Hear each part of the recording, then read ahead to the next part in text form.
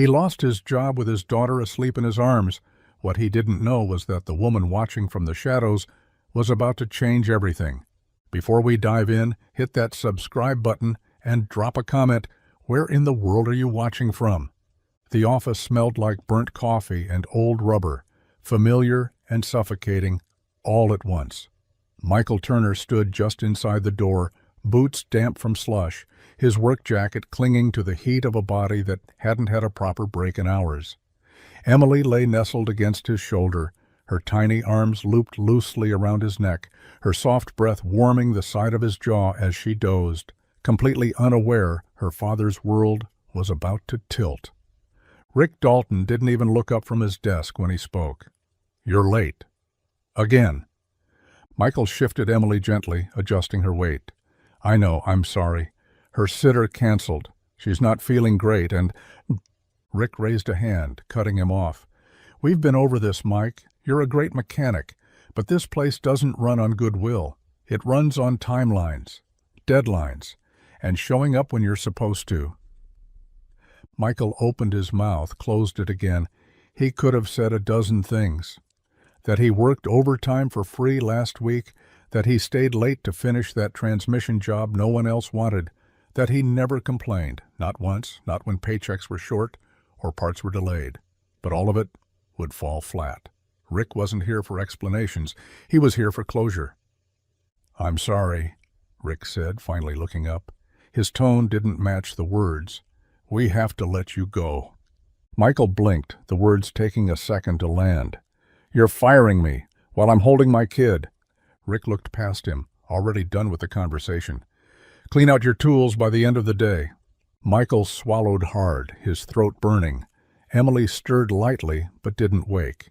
He turned, jaw tight, and walked back through the garage without another word. The others glanced away, awkward and guilty, as he passed.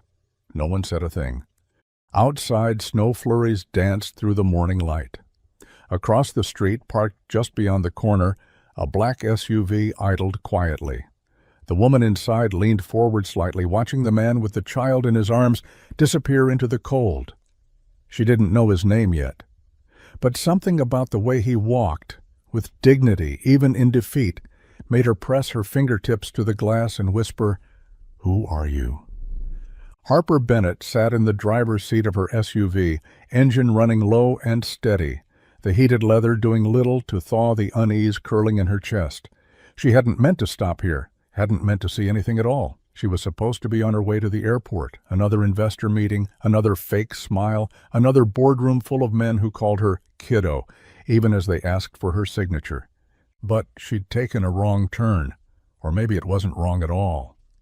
Through the windshield, she'd watched the man walk out of the building with a child in his arms. At first she thought it was sweet, some blue-collar dad picking up his daughter after work. But then she saw the look on his face. Not hurried, not tired, hollow, a kind of quiet that shouted. He didn't slam the door behind him. He didn't shout or shake his head or pace like her brother Richard would have.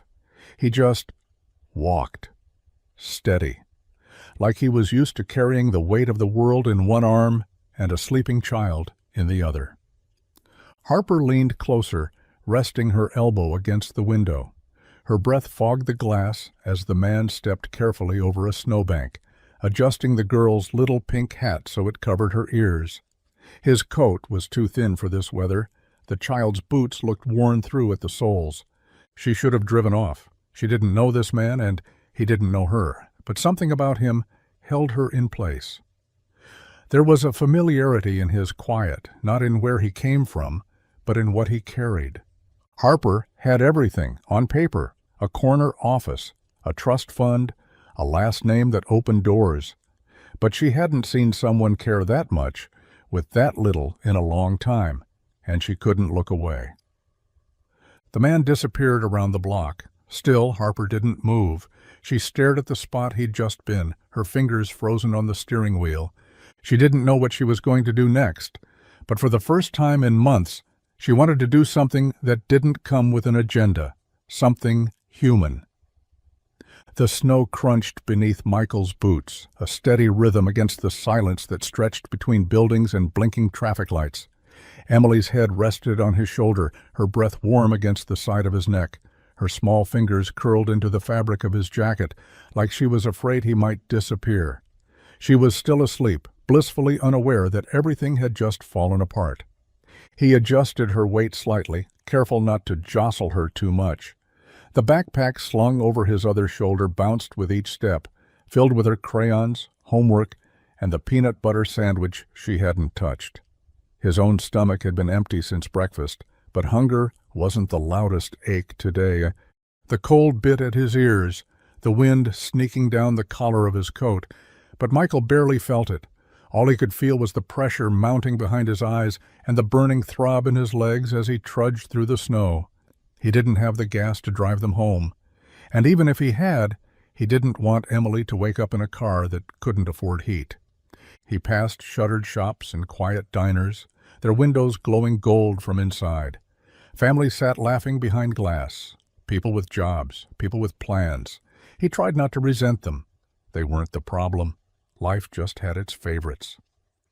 "We'll be okay," he whispered, more to himself than to her. "I'll figure it out. I always do." Emily stirred, mumbling something in her sleep. He kissed the top of her head and kept walking, trying to believe his own words. They reached their building as the sky turned a bruised shade of purple. The steps creaked under his weight. The door stuck like always. Inside, the air was still, stale. He kicked off his boots and laid Emily down on the old couch, covering her with a blanket thin enough to fold into a drawer. He looked around the room, the flickering lamp, the overdue bill tacked to the fridge, the floor heater clicking inconsistently. Then he sat beside her, rested his elbows on his knees, and whispered again, "We'll be okay." But this time even he wasn't sure what that meant. The refrigerator hummed quietly in the background, its chipped surface plastered with Emily's drawings, stick figures holding hands, a lopsided heart with the word "Daddy" scribbled in purple crayon. But Michael's eyes weren't on the art. They were fixed on the new sheet of paper taped just above it. A plain white notice with red letters that felt louder than any scream. Notice to vacate. 10 days. Final warning. The words pulsed in his mind like a migraine. He didn't need to read the fine print. He already knew what it said. Missed rent. Repeated extensions. The landlord's sympathy had finally worn thin, and now the clock was ticking. Michael rubbed a hand down his face, the stubble scraping against his palm. 10 days. 10 days to find a new job, pay back rent, and somehow convince someone, anyone, that he was still worth betting on. All while making sure Emily had clean clothes, food on her plate, and no idea that the world under her feet was crumbling. Behind him, Emily's soft breathing rose and fell from the couch. She was still asleep, curled into a worn pillow with her stuffed rabbit tucked beneath her arm. He didn't want her to see it. The paper, the fear behind his eyes, the weight in his shoulders. She believed in magic, in heroes. He wasn't about to ruin that. Michael pulled the paper off the fridge, folding it neatly, like that might make it hurt less. He slid it into the drawer beneath the silverware, right beside the stack of unopened bills and his grandmother's old recipes he never had time to cook. He opened the fridge, half out of habit, half out of hope. There was a jug of milk that needed sniffing, 3 eggs, and the last corner of a grilled cheese Emily hadn't finished. He closed the door without taking anything. Tomorrow he'd start again, call every shop in town, offer to fix things for cheap, knock on doors if he had to. But tonight he just sat at the kitchen table staring at nothing, listening to the soft whir of the fridge and the steady breath of the one thing he couldn't afford to lose. Morning sunlight crept through the crooked blinds, casting long stripes across the floor, where Emily sat cross-legged with construction paper, glue, and a serious look on her face. Michael rubbed his eyes as he shuffled into the living room, still groggy from a night of worry and no sleep. He expected the usual, cartoons, cereal, mismatched socks, but today his daughter had a mission. "Don't look," she squeaked when she saw him. "It's not ready yet." Michael raised his hands in surrender, managing a tired smile. All right, I'm not looking. He made coffee, black and bitter, and sat quietly at the edge of the couch while Emily huddled over her project, tongue poking out in concentration. Scraps of bright paper littered the floor around her, and a plastic jar, the kind that once held peanut butter pretzels, sat in the center of it all. Finally, she stood, eyes wide with excitement, and presented the jar like it held treasure. "This," she announced, "is your job jar." Michael blinked. "My what?" She grinned. "I made it for you. Whenever you feel sad or like you don't know what to do next, you pull a job from the jar. There's a bunch, and one of them is bound to work." He reached for it gently, the plastic crinkling in his hands. Inside were dozens of folded notes, scribbled in crayon and marker, each labeled in her careful, uneven handwriting. Race car mechanic, ice cream truck driver, dinosaur bone digger, superhero. Michael laughed, a real one, low and surprised. "These are pretty impressive resumes." Emily beamed. "Someone out there must want you, Daddy. You're too good not to hire." His throat tightened. He wasn't sure if it was the words or the way she'd said them. So certain, so matter of fact, like the world just hadn't caught up to how great her dad was yet. He pulled one slip at random. "Rocket fixer." "Well," he said, ruffling her hair, "guess I better brush up on my spaceship repair skills." Emily giggled and hugged him tight, her little arms wrapped around his neck. And for the first time in days, Michael felt like maybe, just maybe, he wasn't completely out of options. The Bennett building sat like a glass and steel monument to everything Harper hated. Cold, pristine, untouchable. The elevator chimed as she stepped out onto the executive floor, heels silent against the polished marble. She didn't knock. She never did. Richard's assistant barely glanced up as she breezed past his desk and pushed open the office door. Richard Bennett sat behind his oversized desk, scrolling through something on his tablet, eyebrows knit in the way they always were when numbers didn't do what he wanted. He didn't look up. "If this is about the annual board dinner, I already told Mom I'm not inviting your flavor of the month," he muttered. "This isn't about dinner," Harper said coolly, arms crossed. That made him pause. He looked up, suspicious. "Then what is it?" "Michael Turner." Richard blinked once, twice. "Who?" "The mechanic. You fired him yesterday." He leaned back in his chair, sighing. "Oh, him. Yeah, chronic lateness, always an excuse. Brought his kid to work half the time. Nice guy, but unreliable. You know how this works, Harper." Her jaw tightened. "I know how you work. But did you even stop to think that maybe he was doing the best he could with what he had?" Richard snorted. "That man is a walking liability. You think we can afford to babysit mechanics with sob stories? We run a business, not a shelter." Harper stepped forward. "No, you run a business. I fund it. And I'm telling you, people like Michael, they're the ones holding this company together, the ones doing the actual work." He rolled his eyes. "And what, you want to rehire him out of pity? Write a press release about how we're the charity arm of Bennett Auto?" "No," she said quietly. "I just think you fired someone worth more than you realize." Richard stood, grabbing his blazer. "Look, Harper, if you want to run your foundation, run it. But don't come storming into my office lecturing me about some grease monkey you saw on your way to brunch." She stared at him, eyes steady.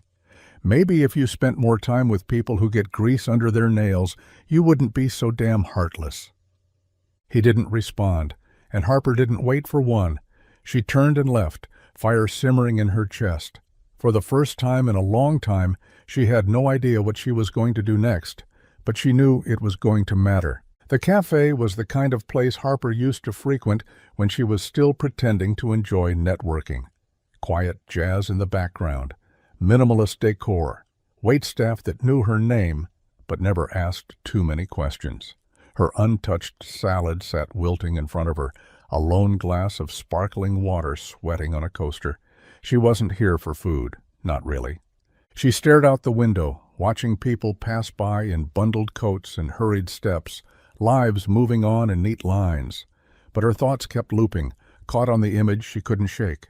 Michael Turner, standing in that bleak garage office, holding his daughter like the world hadn't just kicked him in the teeth. She had watched him walk away, his boots crunching snow, the little girl's head tucked into his shoulder like she didn't even need to open her eyes to trust him. And Harper, from the warmth of her SUV, had felt something tug inside her, sharp and unfamiliar. Not guilt, not pity, something closer to recognition. She picked up her fork, stabbed a piece of lettuce, and put it down again. She hated how much space this stranger was taking up in her head. She'd seen 100 stories like his before, people down on their luck, people struggling to make ends meet. They didn't usually stay with her, but this one had. Maybe it was the way he hadn't begged, the way he hadn't looked back, hadn't raged, hadn't broken down. He had just carried his daughter out into the cold, like that was the only thing that mattered. The waitress came by and asked if she needed anything else. Harper shook her head and offered a polite smile. Just the check. As the woman walked away, Harper pulled out her phone, opened her notes app, and typed something without thinking. Michael Turner, single dad, fired Thursday, daughter, age 6 or 7. Quiet, proud, honest. She stared at the words for a long time. Then she added one more line. Why can't I forget him? The wind cut sharper that morning, slicing through Harper's wool coat despite the scarf wrapped tightly at her neck. She parked across the street from the garage again. Different spot, same view. This time she didn't pretend it was an accident. She'd told herself it was just curiosity, that she was only passing through, but her GPS hadn't glitched. Her car didn't stall, and this wasn't a detour, it was a decision. The garage looked quieter than before. Half the bays were closed and the office lights flickered as if on their last breath. A folding sign out front read, "Repairs 20 and up, ask for Mike." It looked like desperation written in marker. She watched for a moment, hands tucked in her coat pockets. Then the office door creaked open, and there he was, Michael, in the same threadbare jacket, hands stained with grease, a wrench hanging from his back pocket. He knelt beside a rusted sedan, tightening something beneath the wheel.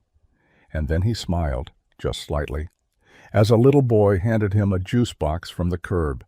Emily wasn't with him this time, but Harper could still feel the echo of that first moment. Him holding her trusting him. She crossed the street, heels crunching over a patch of salted sidewalk. As she approached, Michael looked up, squinting against the sun. For a second he didn't recognize her. Then he stood slowly, wiping his hands on a rag. "You, again?" he said, cautiously polite. "Small town," she offered with a shrug. "Hard to stay anonymous." He nodded but didn't smile.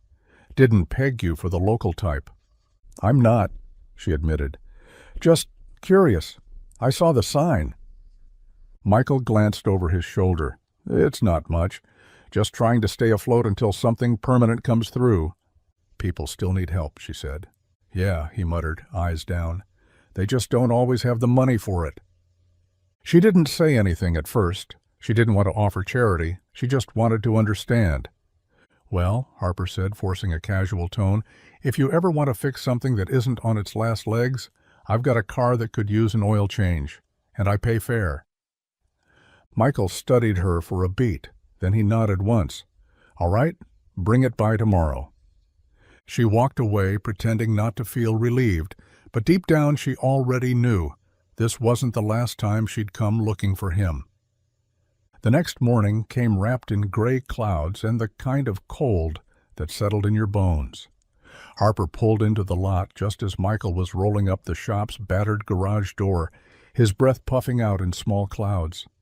Her car idled quietly behind him, the sleek engine sounding almost arrogant in the silence. He turned when he heard her door open. Same jacket, same guarded eyes. She held up 2 paper cups, like a peace offering. "Brought coffee," she said, stepping forward. Michael hesitated. His eyes flicked from the cups to her face, then back again. "You didn't have to." "I know," she said softly, "but I did." Still, he didn't reach for one. Harper kept her smile steady. even as she lowered the cups. Thought it might warm your hands, or your day, or something. He gave a small shake of his head, not dismissive, just unsure. Look, I appreciate it, really, but I don't know what this is. She paused. It's coffee. No, he said gently. It's more than that. You keep showing up, asking questions, offering things. People don't do that unless they want something. Harper felt the truth of his words settle between them. He wasn't being rude. He was being real. Life had trained him to expect a catch, and maybe, deep down, she didn't blame him. I don't want anything, she said finally. I just saw you that day, and something about it stuck. Michael looked away, pretending to check a wrench on the workbench. Lots of people see things. Most just drive by. I didn't, she said. A beat passed, then he turned back to her. You should go before that coffee gets cold. Harper nodded, swallowing the urge to say more. She set one cup down on the bench near him and turned to leave. As she walked away, she didn't hear him pick it up, but she didn't hear him throw it out either. And for now, that was enough. The apartment was quiet except for the ticking of an old clock on the wall and the occasional groan from the pipes. Emily was asleep, her small body bundled beneath a tower of mismatched blankets, one leg kicked out like she owned the whole mattress. Michael stood over the stove, reheating soup from a can he didn't remember buying, the label half peeled and scorched at the edge. Outside, winter pressed harder against the windows, and just below them, the sound of coughing echoed faintly through the thin drywall. Mrs. Patel lived in the unit below, widowed, 72, and too proud to ask for help. But Michael had noticed her light flickering all night, the faint scent of something burning in the hallway. That's why, instead of eating, he packed up his tools. The heater in her apartment hissed like an angry cat, barely working, long overdue for a replacement. She had insisted she'd called someone, but Michael knew better. So he crouched in front of it, fingers numb, tightening bolts and adjusting lines, while she made him weak tea and talked about her late husband's love for jazz. You're always fixing something, she said softly, watching him from her recliner. But when's the last time someone fixed anything for you? Michael didn't look up. I don't need fixing. Mrs. Patel just nodded slowly, like someone who'd stopped arguing with men a long time ago. It took an hour to get the heat running, another to make sure it would stay that way. When he finally stood, his back ached and his hands were black with soot. But the vents rattled with a new kind of life. Warm air spilled into the room. Mrs. Patel smiled with glassy eyes. He wouldn't take her money. He never did. Back upstairs, he stood for a long moment in the kitchen, staring at the cooling soup. The house was quiet again, the world still heavy. He opened the fridge, shoved the bowl inside, and sat at the table in the dark. Michael Turner could fix cars, heaters, fences, engines, and everything in between. But when it came to himself, he didn't even know where to begin. Emily's 7th birthday arrived with gray skies and wind that rattled the window panes. The kind of day that made you want to stay under the covers and forget the world outside. But she was up early, feet padding against the cold floor, wearing the same hand-me-down birthday dress from last year, now shorter at the sleeves. Michael had done what he could. He picked up a pack of dollar store cupcakes, the kind with neon frosting and sprinkles that crunched like gravel. He'd scraped together just enough for a single pink candle and a tiny plastic tiara that he found on clearance. The gift, if it could be called that, was a used chapter book with bent corners and a mystery about a dog detective. She'd love it anyway. Emily loved anything that made her feel seen. They sat at the small table, the one with the chipped edges and the wobbly leg that Michael kept meaning to fix. He lit the candle carefully, shielding the flame from a draft, and smiled at his daughter with everything he had left in him. "Make a wish, birthday girl." Emily closed her eyes tight, cheeks puffed as she blew, and the candle flickered, trembled, then stayed lit. She blinked, surprised. Michael reached forward and pinched it out with his fingers, trying to hide the shake in his hand. "There," he said, voice too bright. "It worked." She giggled and clapped, though a trace of confusion lingered in her eyes. She didn't ask what he'd hoped she wouldn't notice. They split the cupcakes, one for each of them, the frosting staining their fingers. Michael sang the birthday song off-key, his voice catching halfway through, but Emily didn't seem to mind. She wore her tiara proudly, smiling like royalty in a crumbling castle. That night, as she curled into his side with her new book in hand, she whispered, "This was the best birthday ever." Michael kissed her forehead, held her a little tighter, and stared at the ceiling as guilt clawed quietly through his chest. He wanted to believe her. He needed to, but deep down, he knew she deserved balloons and so much more. Michael was sweeping the front steps with a worn-out broom when he saw the car pull up, sleek, black, unmistakably out of place in their neighborhood. He blinked once, twice, thinking maybe he was imagining it. But no, it was her, Harper. She stepped out of the driver's side with a large box tucked under one arm and a bag dangling from the other. No assistant, no entourage. Just Harper Bennett, standing in front of his building like she belonged there. Michael wiped his hands on his jeans, heart tightening. He hadn't seen her since the coffee incident, hadn't expected to, and now here she was, dressed in jeans and boots, looking almost like any other neighbor. Almost. "Didn't expect visitors," he said, meeting her halfway. "I didn't ask," she replied, not smug, just honest. "I heard it was Emily's birthday." His brows lifted. "How'd you, I might have asked someone at the garage." Before he could respond, the door behind him creaked open and Emily's voice rang out. "Dad? Who's that?" Harper smiled and crouched down, placing the box and bag at her feet. "Hi, Emily. I'm Harper. I brought you something." Emily ran out in mismatched socks, eyes wide as she spotted the box. "Is that for me?" "All of it," Harper said. "One's a cake, one's a pair of boots, because I saw yours had holes. And this?" She opened the long box carefully. Inside was a small telescope, black and silver, gleaming even in the overcast light. Emily gasped like it was Christmas morning. "A star-looker! I always wanted one of those." Michael stood frozen, unsure whether to speak or to just let the moment be. Emily threw her arms around Harper without hesitation. "Thank you! Thank you! This is the best birthday ever!" Harper looked over Emily's head at Michael, eyes soft. "I didn't mean to overstep." He shook his head slowly, voice barely there. "You didn't." As Emily twirled on the sidewalk in her new boots, telescope hugged tight against her chest, Harper stepped back. "I'll go," she said. "I just wanted her to have a memory." Michael watched her turn toward the car, emotions tangled in his throat. "She will," he said. "You gave her one I couldn't."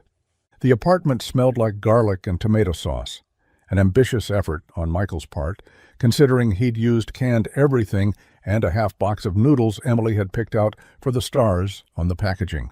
But it didn't matter. Emily twirled her spaghetti like it was fine dining, and Harper sat at their rickety table without complaint, her cloth coat draped neatly over the back of the chair. They used paper plates because it was easier. They used tap water in mismatched mugs because that's what they had. But there was warmth in the room, a kind that hadn't been there in a long time. Michael noticed it. So did Harper. Neither mentioned it. Emily talked the most, her voice bouncing as she described her birthday telescope in vivid detail.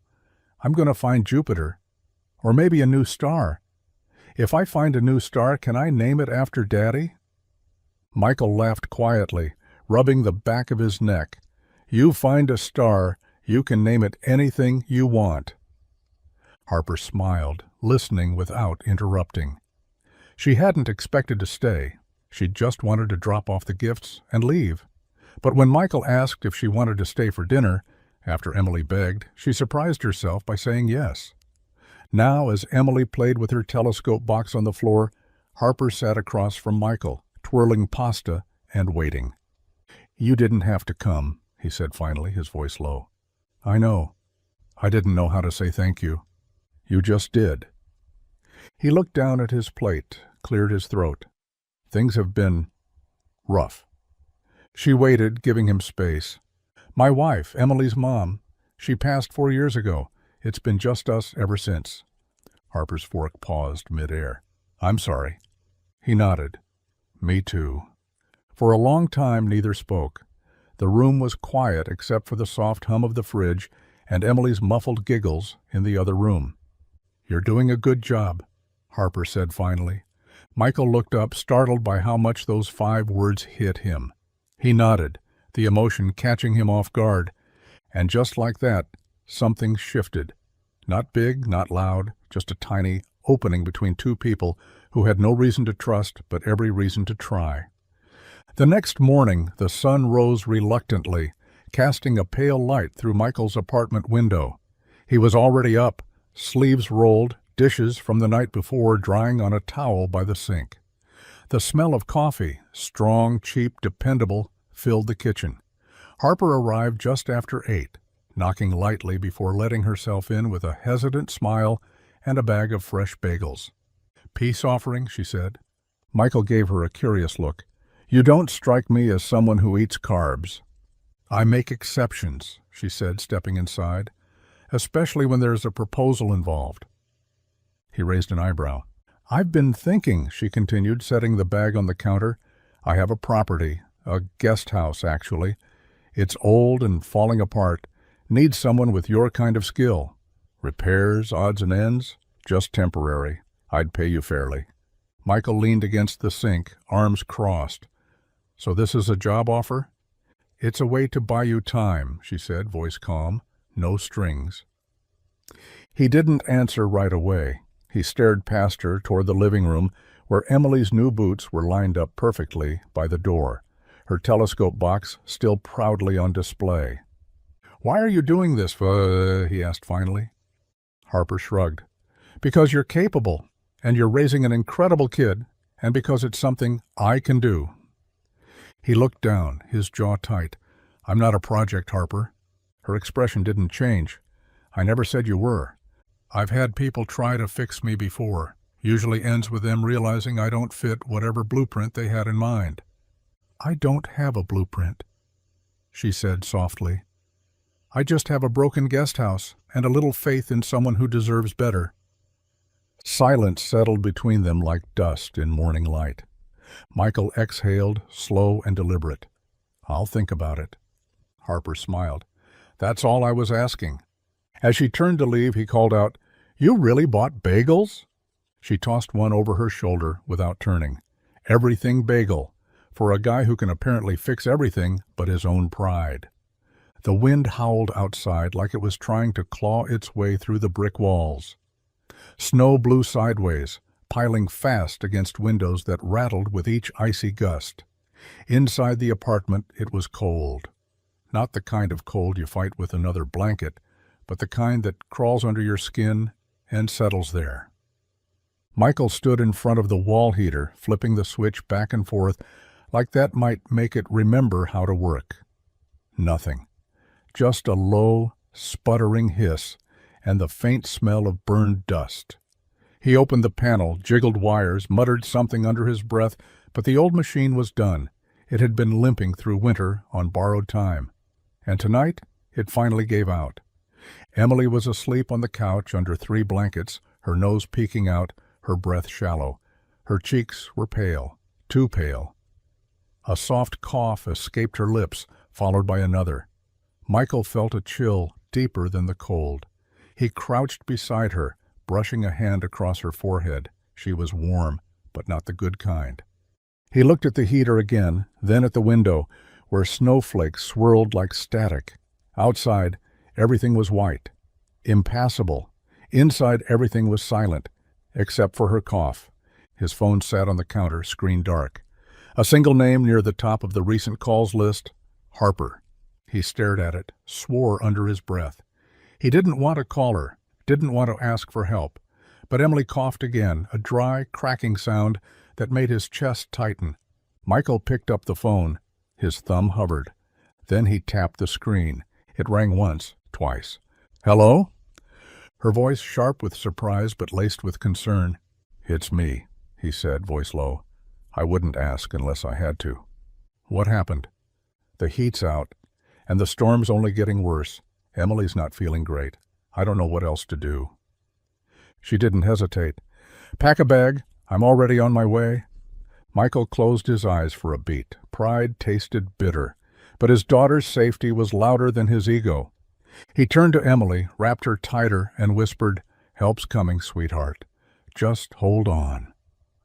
The driveway crunched under Harper's tires as her SUV pulled up to the main house, headlights cutting through the swirling snow. She jumped out before the engine stopped humming, coat flaring behind her, boots sinking ankle-deep into powder. The wind whipped at her face, but she didn't care. By the time she reached the guest house, its porch light glowing dimly through the storm, Michael was already there. Emily bundled in his arms beneath 3 layers of blankets. Harper swung open the door before he could knock. No hesitation, no questions, just a space that was ready for them. "Get inside," she said. "It's warm." Michael stepped through, careful not to jostle Emily, who stirred slightly at the change in temperature. The guest house wasn't extravagant. 1 main room, a small kitchen, and a lofted bedroom, but it had heat, real heat, the kind that melted fingertips and cleared foggy breath. A fire crackled in the old brick hearth, casting flickering shadows across the wood-paneled walls. Michael lowered Emily onto the couch closest to the flames. She stretched slightly and murmured, "It's the warmest place ever," before slipping back into sleep. Harper smiled softly and walked to the kitchen, pouring hot water into a chipped mug. "Chamomile, in case she wakes up." Michael nodded, his eyes never leaving his daughter. "She okay?" Harper asked. He nodded again. "She will be." The silence between them wasn't awkward this time. It was full, thick with everything he wanted to say, but didn't know how. "Thank you" felt too small. So he just stood there, watching the fire, his hands still trembling from the cold and something else he couldn't name. Harper leaned against the counter, arms crossed. This place needed life. It was just sitting here waiting for a reason. Michael looked at her, his voice quiet. "You didn't have to do this." "I know." He sat beside Emily, adjusting her blanket, and stared at the flames for a long time.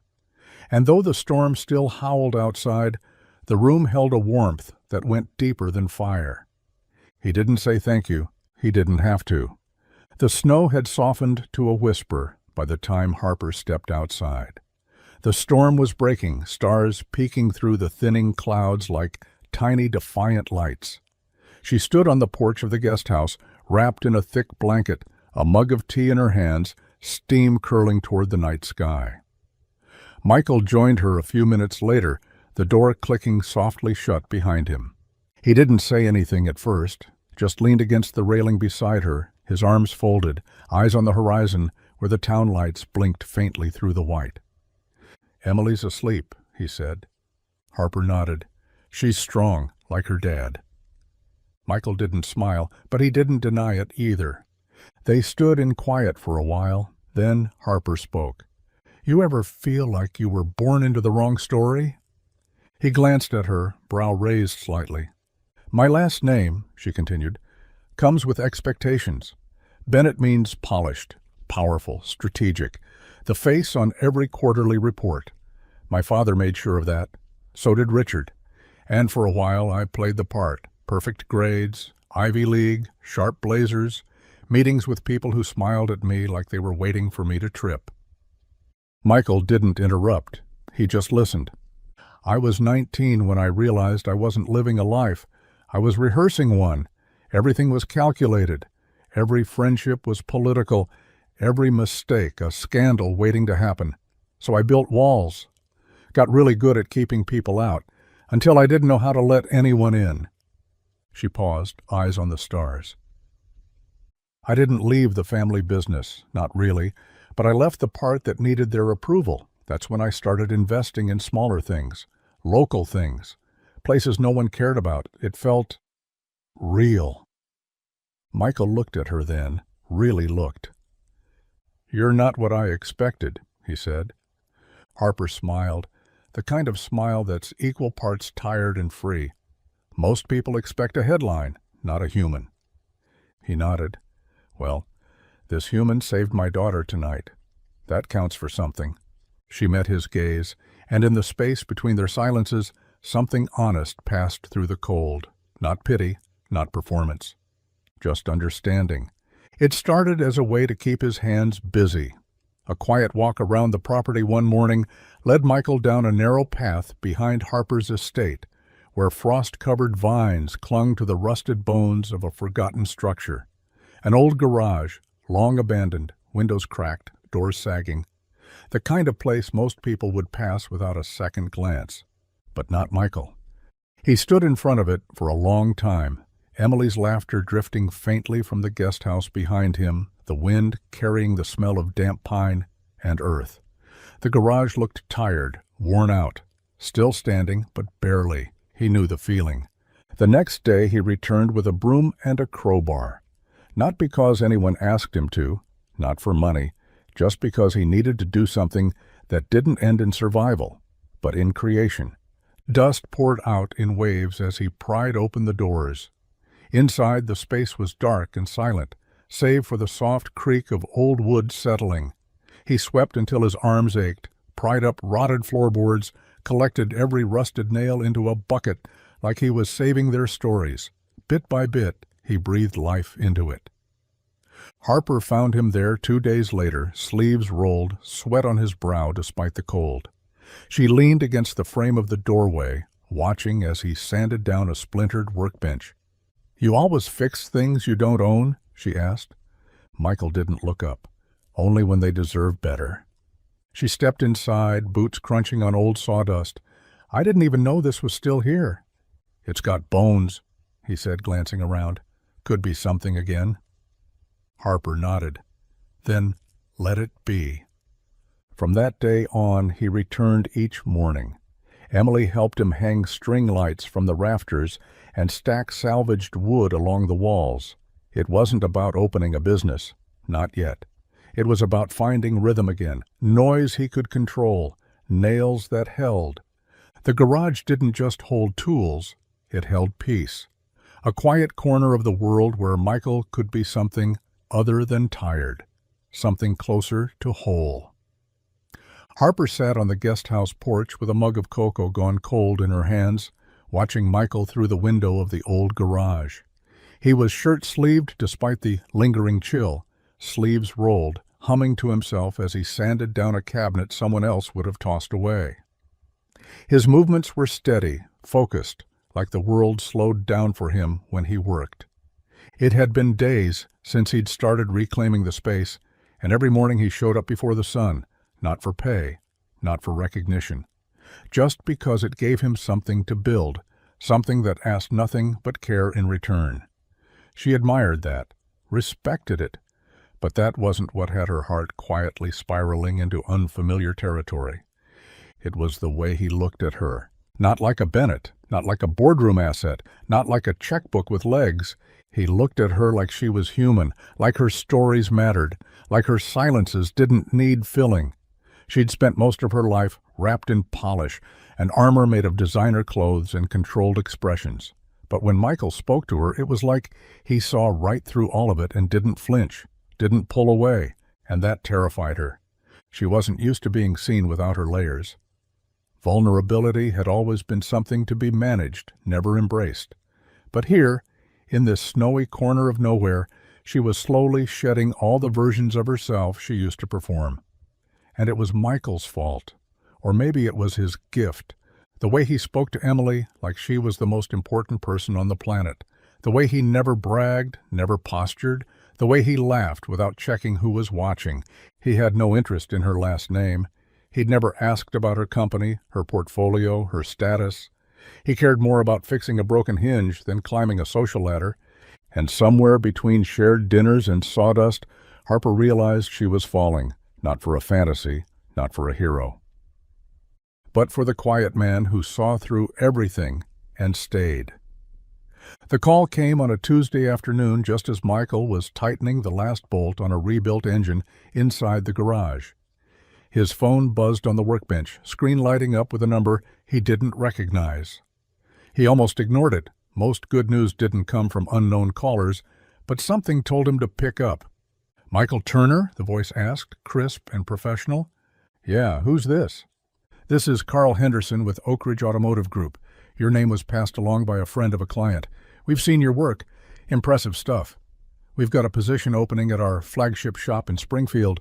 Full-time, good salary, benefits. It's yours if you want it." Michael blinked, the wrench suddenly heavy in his hand. "You offering me a job?" he asked cautiously. "We're offering you a future," the man said with a chuckle. "Not many mechanics with your reputation and range. It's a solid place. Good people. And it'd give your daughter some stability, too." Michael looked across the garage where Emily's drawings were taped to the newly painted walls, stars and hearts, and a sign that read, "Daddy's Fix-It Palace." Outside, the guest house chimney puffed steady smoke into the winter sky. This wasn't just a workshop anymore, it was something deeper, something real. But Springfield meant full-time pay. Medical coverage, a proper school for Emily, heat that worked year-round, stability he hadn't felt since before everything fell apart. "When would you need an answer?" Michael asked. "Soon, by the end of the week. We can set up a visit if you'd like, but honestly, we're ready to move forward, if you are." After he hung up, he sat in the middle of the garage on an overturned crate, the phone still warm in his palm. This was what he'd been hoping for, wasn't it? A lifeline, a way out. But it didn't feel like relief. It felt like a choice between safety and something harder to define, a small, quiet life that had started to feel like home. He stared at the workbench, Harper's coffee mug still resting there from that morning. And for the first time in a long while, he didn't know what to say. The apartment was quiet that night, the kind of stillness that settles after a long day of holding things in. Michael stood in the kitchen, rinsing dishes, the hum of the faucet masking the weight in his chest. The job offer had sat with him all day like a brick in his pocket. He hadn't told Emily. Not really. But he'd been on the phone earlier, talking numbers, timelines, asking about schools and housing. He thought she'd been playing in her room, but as he dried his hands on a towel and turned around, there she was, standing barefoot at the edge of the hallway, her hair messy from sleep, her rabbit clutched in one arm. "Hey, kiddo," he said softly. "Couldn't sleep?" She shook her head, stepping into the light. "I heard you talking." Michael crouched down, guilt already tugging at the edge of his voice. "About work?" She nodded. "You said we might move." He hesitated. "I was just talking. Nothing's decided." Emily's bottom lip tucked under her teeth, something she did when she was nervous. "If we go, will we leave Harper behind?" The question hit harder than he was ready for. He tried to find a gentle way to answer, but all he could manage was, "Maybe." Emily looked down at her bunny. "But Harper's our friend. She gave me boots. She made us warm when it was storming. She says nice things to you, even when you don't believe them." Michael swallowed, throat tight. "I know. Will she be lonely if we go?" He wanted to tell her no, that grown-ups were strong, that people like Harper didn't get lonely, but he couldn't lie. "She might be," he said quietly. Emily stepped forward, her small hand wrapping around his. "Then maybe we should stay. You always say we don't leave people who help us." Michael pulled her into his arms, holding her close, his eyes stinging. She was 7. But somehow she always knew the things he was still trying to figure out. And that night, as she drifted off in his lap, her breathing slow and steady, he sat staring out the window at the guest house light still glowing in the distance, wondering what it meant to choose something that wasn't just safe, but right. The morning was quiet, the kind of calm that follows a heavy night. Michael stepped into the garage just after sunrise, the air crisp, the ground dusted with fresh snow. The lights he and Emily had strung along the rafters flickered to life as he flipped the switch, casting a soft amber glow over the space that had slowly become more than just walls and tools. It had become a place to breathe. He rubbed his hands together, ready to start patching the back corner wall. But something was different. There, sitting squarely on the center of the workbench, was a box he hadn't left there. A deep mahogany toolbox, polished smooth, with brass corners and a weight to it that spoke of intention. He approached slowly, his boots crunching over stray wood shavings, heart beginning to thump in that careful way it did when the world gave him something too good to trust right away. He ran his fingers across the lid before spotting the engraving burned into the top. "For the man who repairs what others throw away." His hand froze. The words hit deeper than any compliment ever had, because they saw him, not just the mechanic but the man beneath, the one who had stitched together a life with scrap and stubbornness, the one who refused to give up on broken things even when it would have been easier. Inside, every tool gleamed, new, professional, chosen. A full set, wrenches, ratchets, screwdrivers with wooden handles, even a small silver tag tucked in one corner, reading simply, "Build whatever matters." He knew who had left it. Harper's handwriting was on the tag. Her silence was in the gesture. He didn't need to call her. He didn't need to ask why. The gift said everything. Michael stood there for a long while, hands resting on the box, something heavy and grateful swelling in his chest. It wasn't about the tools. It was about being seen and not walked away from. And for the first time in years, he let the warmth settle in without trying to explain it away. The snow was falling softly, blanketing the woods behind the estate in quiet wonder. The air smelled clean, like pine and sky. And their footsteps crunched lightly along the narrow trail that wound past the frozen creek. Michael walked beside Harper, hands shoved into his coat pockets, breath fogging the air between them. Emily was back at the guest house, curled up with a book and a cup of cocoa. She'd practically pushed them out the door with a mischievous grin, insisting they go get some fresh air together. Michael hadn't argued. Now, in the hush of the woods, it was just them. No tools, no expectations, just the cold and the truth that had been building between them like pressure behind glass. "I have to tell you something," Harper said suddenly, her voice tight with nerves. Michael stopped, turning to face her. "Okay." She hesitated, brushing snow from her coat sleeve, like that would help her find the words. "I knew who you were, that day at the garage, the day you got fired. I was already there, watching." Michael didn't speak. His expression didn't shift, just steady, waiting. "I'd heard your name before," she continued. From Richard. He called you unreliable, said you were always dragging your kid around, always full of excuses. He made you sound like a burden." Michael's jaw flexed, but still, he said nothing. "I didn't believe him," she said, softer now. "But I didn't step in either. I just watched. And when I saw you carry Emily out, when I saw how you didn't argue or beg, I knew he was wrong. I knew you were different, and I should have told you sooner." The silence that followed was thick with winter and fear. "I didn't help you to fix anything," Harper said. "I helped because I saw someone worth standing beside. I just didn't know how to say that." Michael took a breath, then another. He didn't walk away. He reached out instead, brushing a snowflake from her hair with the gentlest touch. "You saw me," he said simply. "That's more than most people ever did." Harper looked up at him, eyes shining, lips parting to respond, only to find she couldn't speak. She didn't need to, because he leaned in, not fast, not sudden, just close enough that the cold disappeared, and for the first time in a long time, neither of them felt alone. The call came again the next morning. Same number, same tone. Carl Henderson's voice buzzed through the receiver with polished confidence, like opportunity dressed in a suit. "We'd still love to have you, Michael. You'd be running your own team, company van, benefits, relocation package. You'd start Monday if you say yes today." Michael stood just outside the garage, snow melting on the shoulders of his jacket, the winter sun creeping up over the ridge behind the house. He looked through the open bay door where Emily was coloring at the old workbench, her telescope leaning against the wall beside her. A paper crown from her birthday rested on her head, tilted and proud.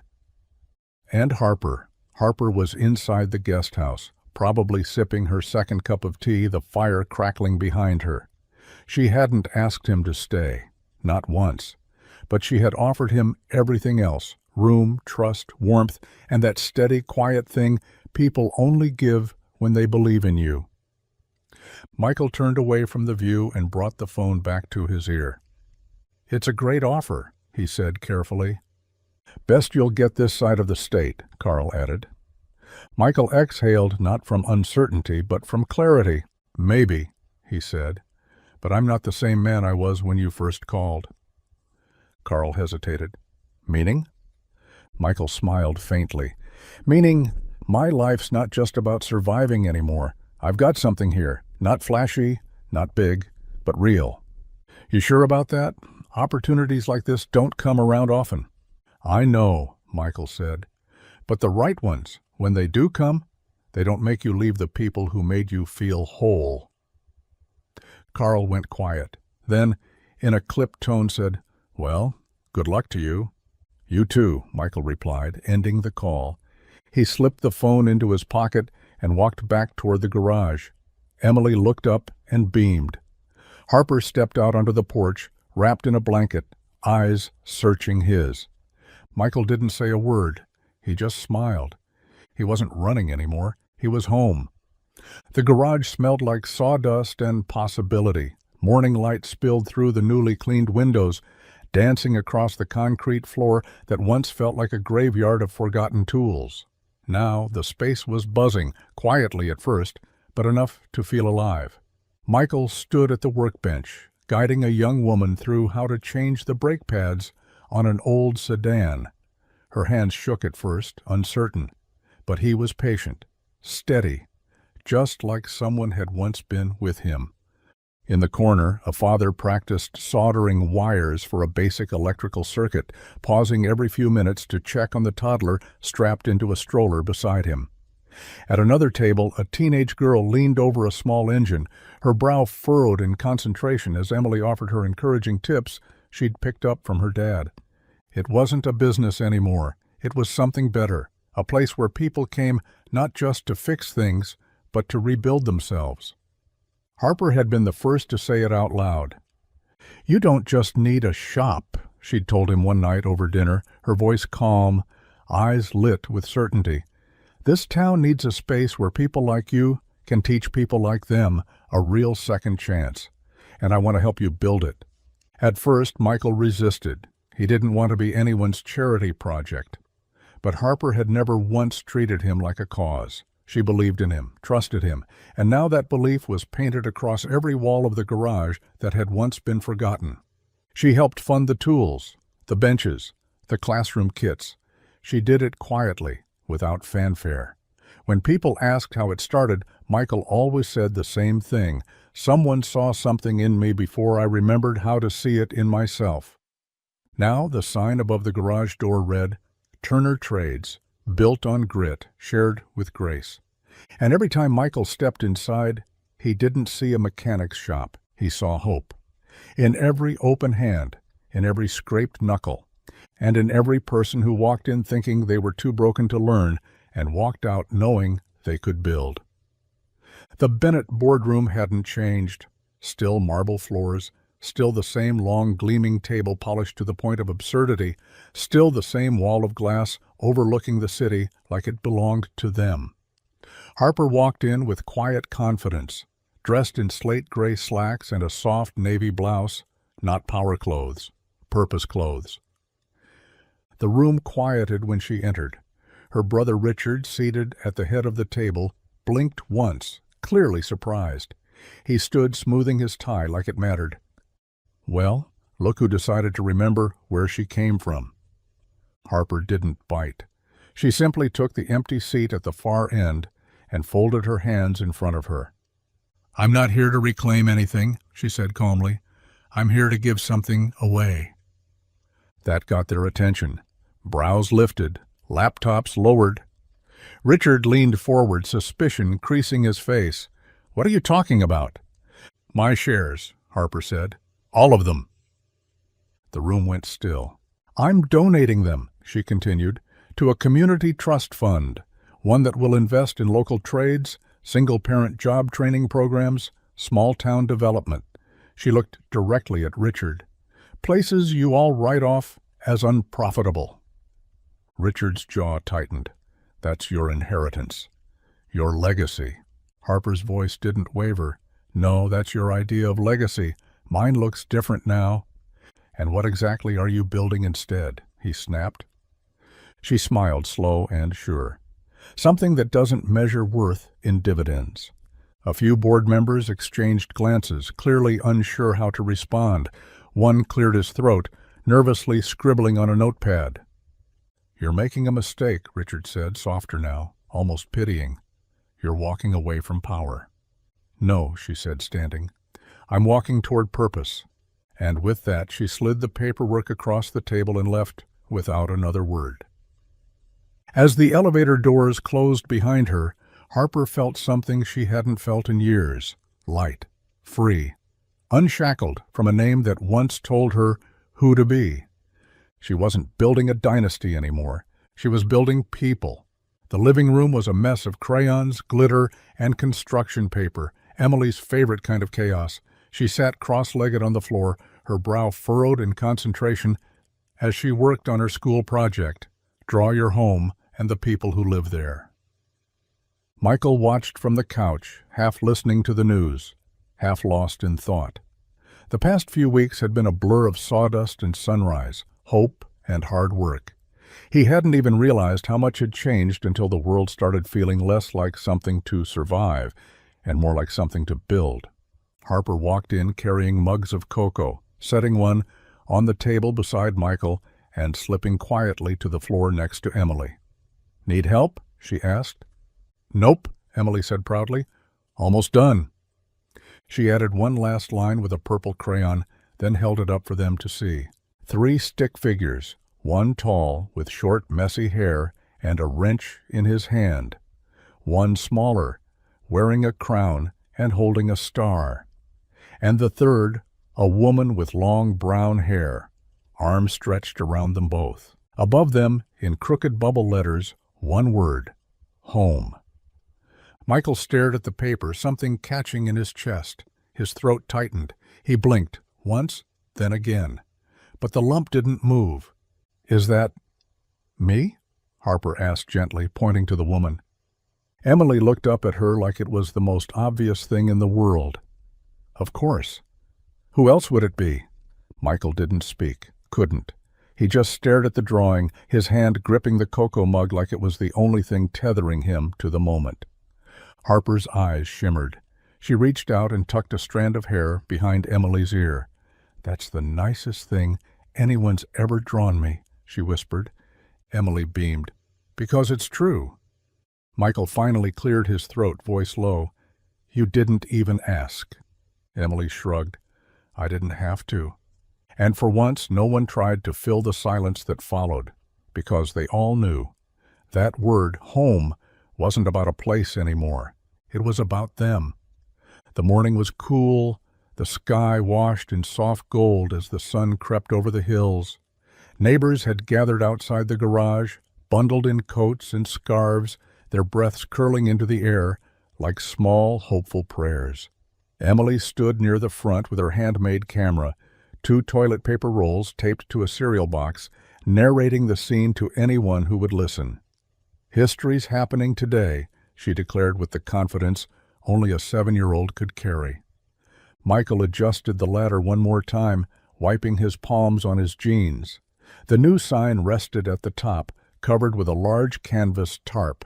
He glanced toward Harper, who stood beside him, holding a cup of steaming cider, eyes bright but calm. You sure about this? He asked quietly, nodding toward the sign. Harper looked up at him, steady. I've never been more sure of anything in my life. With a nod, Michael climbed the last rung and gave the rope a firm pull. The canvas fell away. Gasps and scattered applause followed as the words came into view, carved into reclaimed wood, each letter painted by hand, simple but strong. Turner and Bennett trades built on grit, backed by grace. Michael stared at it for a long moment, something warm and full rising in his chest. Not pride exactly, something gentler, like a weight had been lifted and replaced with purpose. Harper stepped closer, her voice soft beside him. "You made the grit. I just helped carry the grace." He smiled. "I never thought I'd see my name on anything that wasn't a bill." "Well," she said, taking his hand, "you're allowed to see more now."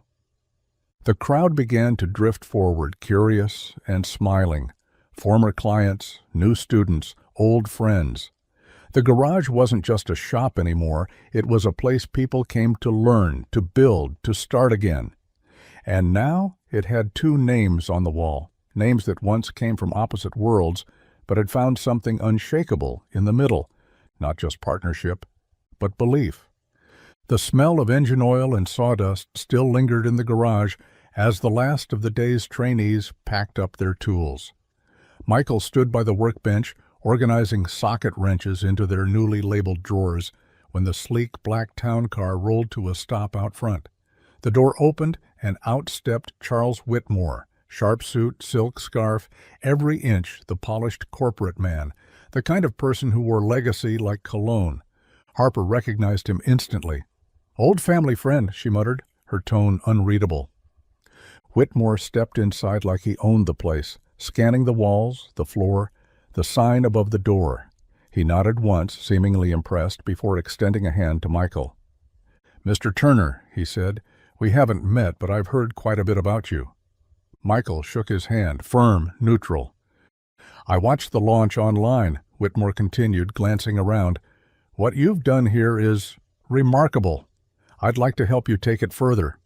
Michael raised an eyebrow. "Further how?" "Franchising, satellite locations, full curriculum development, think bigger, national reach. We've already got investors interested." Michael glanced at Harper, who stayed quiet, letting him speak. "I appreciate the offer," he said slowly. "Really. But this isn't a business model to me." Whitmore blinked. "I don't follow." "This garage, it's not about reach or profit or brand recognition. It's about real people. People who've been told no so many times they forgot how to try again. This place gave them that back. And I'm not about to sell it to someone who sees it as a line on a portfolio." Whitmore offered a tight smile, the kind people use when they're not used to hearing no. "You're turning down a future." "No," Michael said, steady. "I'm protecting the one we're already building. This stays personal." Whitmore nodded once, more out of formality than respect, and left without another word. As the car pulled away, Harper came to stand beside Michael, sliding her hand into his. "You didn't even flinch," she said. He gave a small smile. "Why would I? I already said yes to the only future that matters." It was a quiet evening at the guest house, the kind where the sky glowed lavender and the world felt like it had finally exhaled. The fire crackled in the hearth, and Harper sat cross-legged on the rug with Emily, sorting puzzle pieces and sipping from a mug that read, "Garage Girls Do It Better." Michael was in the kitchen, humming off-key as he dried dishes, the soft rhythm of domestic life echoing between the walls they'd come to share. Emily was unusually quiet, her eyes darting between Harper and a folded piece of paper in her lap. She'd been fidgeting all evening, clutching it like it held a secret too big to keep. Finally, as Harper reached for the puzzle box, Emily sat up straighter, cheeks flushed. "I made you something," she said, voice a little wobbly. Harper smiled, wiping her hands on her jeans. "You did? What is it?" Emily held out the note, folded neatly and tied with a piece of yarn. "You have to read it out loud." Harper untied the string and unfolded the paper carefully. In purple crayon, written in big, crooked letters, "Would it be okay if you stayed forever?" Harper blinked. Her heart stuttered in the most unexpected way. She looked over at Michael, who stood frozen by the sink, a dish towel in one hand, a look on his face that was part amusement, part vulnerability, and entirely something deeper.